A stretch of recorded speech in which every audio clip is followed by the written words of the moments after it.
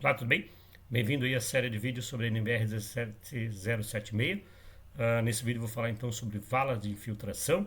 Vou falar desde a parte de dimensionamento, né, para definições, construção, tá? Já fiz outros vídeos anteriores sobre ela, né? Espero que você já tenha visto. Se não, fique à vontade agora para ver esse e depois rever os outros. Não esqueça de comentar, né, de curtir, se inscrever no canal e dar aquela força para nós aí, beleza? Vamos lá então. Então aqui a definição da vala de infiltração, ele é um sistema de tratamento secundário de esgoto, né, de efluente, então ele já tem que ter passado antes por outros, né, como a fossa, o filtro também. Ele promove a infiltração do efluente, né, do lodo, né, do esgoto tratado, e faz a filtração e a biodigestão da matéria orgânica, né, resultante então que chegou até ela ainda. Tá? Então aqui tem uma seção típica da vala de infiltração, que eu peguei da própria norma, né? Então aqui só para ilustrar para vocês, ela tem que ter uma largura, depois eu vou falar mais detalhes, mas já falando aqui, a largura mínima 30 centímetros, a altura também 30 centímetros. Normalmente se usa a largura e a altura iguais aqui, mas isso não é obrigatório, tá? Eu, por exemplo, não costumo adotar. Aqui usa essa camada de brita, né? A brita número 03 normalmente, e essa altura aqui no mínimo 30 centímetros, tá? E 30 aqui se eu já não falei. Para o dimensionamento, nós levamos em consideração então essa área aqui, ó, superficial, abaixo do nível do tubo. Então aqui também o tubo, ó, então S1 e S2 seriam iguais, né? Mais o S3 que seria a base, tá? Então essa seria a minha área de infiltração. Então, a localização, distâncias e afastamentos. Vamos dar uma olhada aqui o que a norma preconiza sobre isso. A profundidade do lençol freático, né? Então o que temos que levar em consideração? Que ela precisa ter uma distância mínima de 1,5 m, tá? Acima do nível do lençol freático, tá? Então, ao contrário lá do sumidouro, que geralmente o sumidouro já precisa ter uma profundidade maior, né, do lençol freático, aqui o lençol freático pode ser um pouco mais superficial, mas ainda assim precisamos dos mesmos 1,5 m de afastamento. Característica do solo, então a permeabilidade adequada do solo, nós temos que fazer os testes, né, de infiltração, que a partir daí a gente consegue determinar essa taxa de infiltração, que isso você deve consultar então o anexo N da norma, tá? Topografia do terreno, ideal uma topografia mais plana, né, para fazer o lançamento dela, tá? E evitar com certeza a parte de área de inundações, tá? Isso deve ser evitado. Distâncias mínimas, deve ter então 3 metros do sistema de tratamento de esgoto, assim como o sumidouro. Geralmente aqui as mesmas recomendações de sumidouro valem para a vala de filtração. Então entre valas múltiplas 3 metros, de obstáculos 1,5 m e de tubulação da rede pública 3 metros. Então mais alguns detalhes construtivos, né, os tubos de distribuição, que seria esse tubo que está entrando aqui, né, que passa ao longo da vala de filtração, o diâmetro mínimo de 100. Embora a norma fale que para residência com até 5 pessoas pode ser usado 50 milímetros. Mas eu acho muito arriscado, né? Que daí tu faz para 5 pessoas, depois o cliente já amplia lá, bota para mais um, né? Amplia o quarto, enfim, como é que tu vai saber se vai ter realmente 5, né? Então, minha sugestão é trabalhar sempre com 100.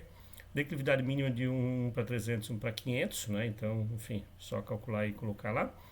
Camada de brita, granometria geralmente número 3, espessura de 30 a 50 centímetros, tá? Tanto em volta quanto em profundidade. Manta geotexto evita o carregamento das partículas, né, do solo, então o ideal é revesti-la, tá?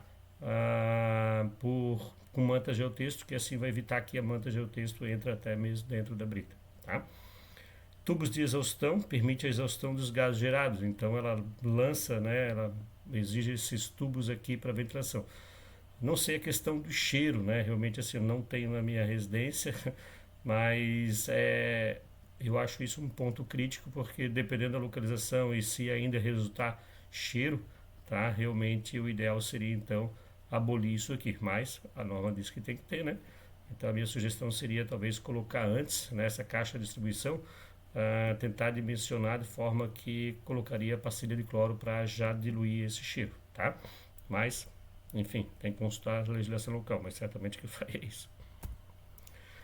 Dimensionamento da vala de filtração. Então, o dimensionamento dela, pessoal, é idêntico ao do sumidouro, né, que tem o vídeo anterior que eu já gravei, tá? Então, a cálculo da área útil dela a área útil é o número de pessoas vezes o Q, né, dividido pela taxa de infiltração, sendo que isso aqui então seria a nossa vazão, tá? E a taxa de infiltração, lembrando, tem que fazer o ensaio do solo, né? Determinação da taxa de infiltração, então, em função do solo, aqui fica como anexo N da norma. Continuação do dimensionamento, né, distribuição da área útil. Então, a área útil calculada deve ser distribuída então, entre as valas, né, porque não pode ser uma, né, lembrando, igual o sumidouro, tem que ter no mínimo 2 ou 3. Tá? A largura e a profundidade da vala são definidas em função da altura útil e das condições do terreno, né, em função dos espaços disponíveis. Né? A profundidade útil da vala varia entre 0,3 a 1,5 m, a norma permite, né, mas normalmente se trabalha com 50 centímetros no máximo. Porque se eu tivesse 1,5 m, eu trabalharia com sumidouro, né? Não é interessante trabalhar com uma profundidade tão alta assim. Largura da vala normalmente igual à profundidade, normalmente, mas não quer dizer que você não possa fazer, né, ela mais larga um pouquinho, tipo, né, eu acho que 160 centímetros e uma geometria de 30 centímetros de altura, tá? Alternância de uso e sua importância. Então, assim como o sumidouro, precisamos fazer alternância, ou seja, nós não vamos ter que trabalhar com mais de uma unidade. Aqui tem 2, 4, 5, né? Mas, enfim, a quantidade tem que ser dimensionada e geralmente é no mínimo 2, tá? Então, ela permite a recuperação da capacidade de filtração. A recomendação é o uso alternado de 2 ou mais valas. Então, se for trabalhar 2, a cada 6 meses tu usa uma e depois a outra, tá? Então, com 2 valas, cada vala deve ter 100% de contribuição. Se for com 3 valas, cada vala deve ter no mínimo 50%, tá? Que daí você, se for 2, vai ser hora uma, hora outra. Se for com 2, né, você pode intercalar, então, com 3, usa 2 e deixa uma de folga, ok? E aqui seria, digamos, a caixa de distribuição, né? Vai jogando para elas daí, e aí você vai ter que ter um sistema aqui para poder controlar qual que vai estar funcionando, né, naquele devido momento. Você poderia até colocar uma válvula aqui, né, mas a válvula sai meio cara. Minha sugestão é botar um joelhinho, um tubinho, né, de forma que você só encaixa o tubo, e aí o tubo vai ficar mais alto e o esgoto só vai entrar aonde nos joelhos que não tiver esse tubo, por exemplo, né, que é fácil de tirar e colocar. Etapa do processo construtivo, então, né? Aqui eu tenho uma vala já com até a manta bitinha aparecendo aqui em cima, né? Aqui seria só, né, uma ilustração. Então aqui a locação e escavação. Então respeitar afastamentos e dimensões, né, do projeto, como a gente já citou antes, né? A questão de 3 metros de construções, né? 3 metros entre valas, enfim, tudo que a gente já comentou. Preparo da base, regularização e nivelamento do fundo da vala e instalação da manta geotexto ideal para poder fechar, né? Fazer um pacote ali, faz meio que embrulhar a brita para presente na manta geotexto. Instalação dos tubos, posicionamento dos tubos de distribuição e exaustão, está aqui, ó, tubo de ventilação aqui, ó, instalado. Preenchimento com brita, então, né, espalhamento da brita ao redor de todo o tubo, né, de acordo com o projeto, né, a altura que vai ficar o tubo, né, então tudo certinho. E fechamento da vala, compactação do solo de cobertura. Então o solo só a parte de cima que é compactado, que é justamente para a água de chuva não entrar dentro, né? Então quanto mais impermeabilizado ficar esse solo em cima, melhor vai ser o funcionamento da vala de filtração. Lembrando que as laterais daí não devem ser compactadas, simplesmente escavada e fechou, né?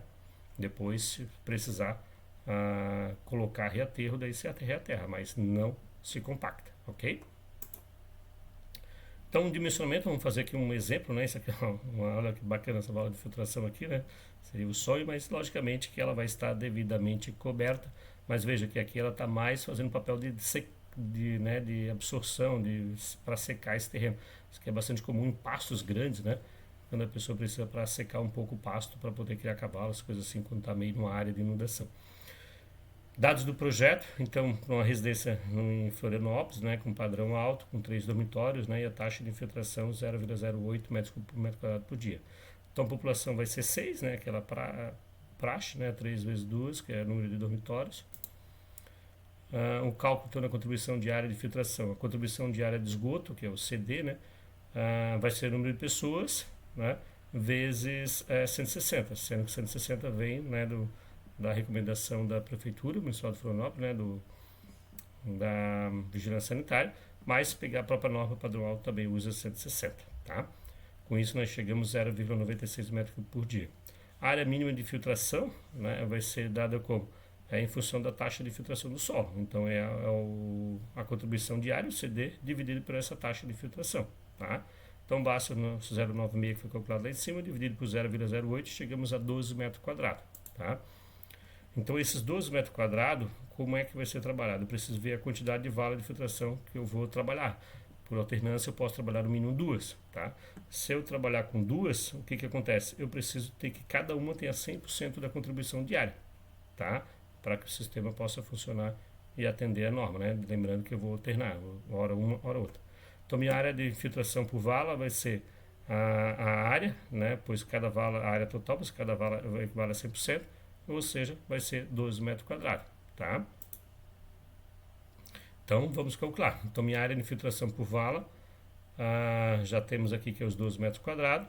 O cálculo do comprimento da vala, então, daí eu vou usar uma fórmulazinha aqui, ó, né? Eu preciso saber o que é a minha área total de infiltração, são as áreas laterais, S1 e S2, mais a área do fundo, né? Como é que eu calculo a minha área lateral? É a altura, né, que eu defini, 30 centímetros, 50, enfim, vezes o comprimento. No nosso exemplo, eu vou adotar 30 centímetros, tá? Já o S3 é a base. A base, então, eu vou adotar 2 vezes a altura, tá? Eu gosto, acho 60 uma largura boa. Então, fica 60. Mas muitos usam, como já citei ali, a altura igual à base, 30 centímetros, tá? Se fosse 30 centímetros, logicamente que o comprimento dela seria maior. Então, com isso, né, fazendo a soma aqui de tudo aqui, isolando o L, chega-se a um L, então, de 12 metros, tá? Desculpa, 10 metros. 12 metros quadrados de área e 10 metros aqui, ó, tá? Então, a dimensão final das valas são 60 centímetros de largura e 10 metros de comprimento com altura útil de 30 centímetros, tá? Bom, então, nós vimos que as valas de infiltração são uma solução eficiente e econômica, né, para o sistema de tratamento, então ela, no custo dela não é tão oneroso, não precisa nem nada de bloco de concreto, né, não precisa nada disso, é só escavar, manta e brita, né, e depois o tubo, algo barato e simples de ser feito. Ela é importante para o sistema de tratamento do esgoto, né? E outra coisa bem importante, né, puxando nossa sardinha aqui, que o projeto seja elaborado por um profissional devidamente habilitado, tá? A execução da obra, então, deve ser realizada com cuidado, né, porque é a coisa mais fácil que tem um cara se perder ali nas dimensões, fazer errado, deixar cair terra para dentro, né, misturar terra com brita, então bastante atenção nisso daí.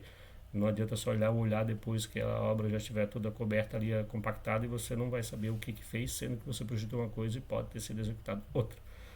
A manutenção preventiva é essencial, né? Então verificar a questão do funcionamento dela, tá? O cheiro, principalmente, que eu acho que é algo que me complica, e a questão com entupimento também, né, nesse caso, vir a ter. Beleza? Pessoal, era isso, né? Espero que tenham gostado aí dos vídeos.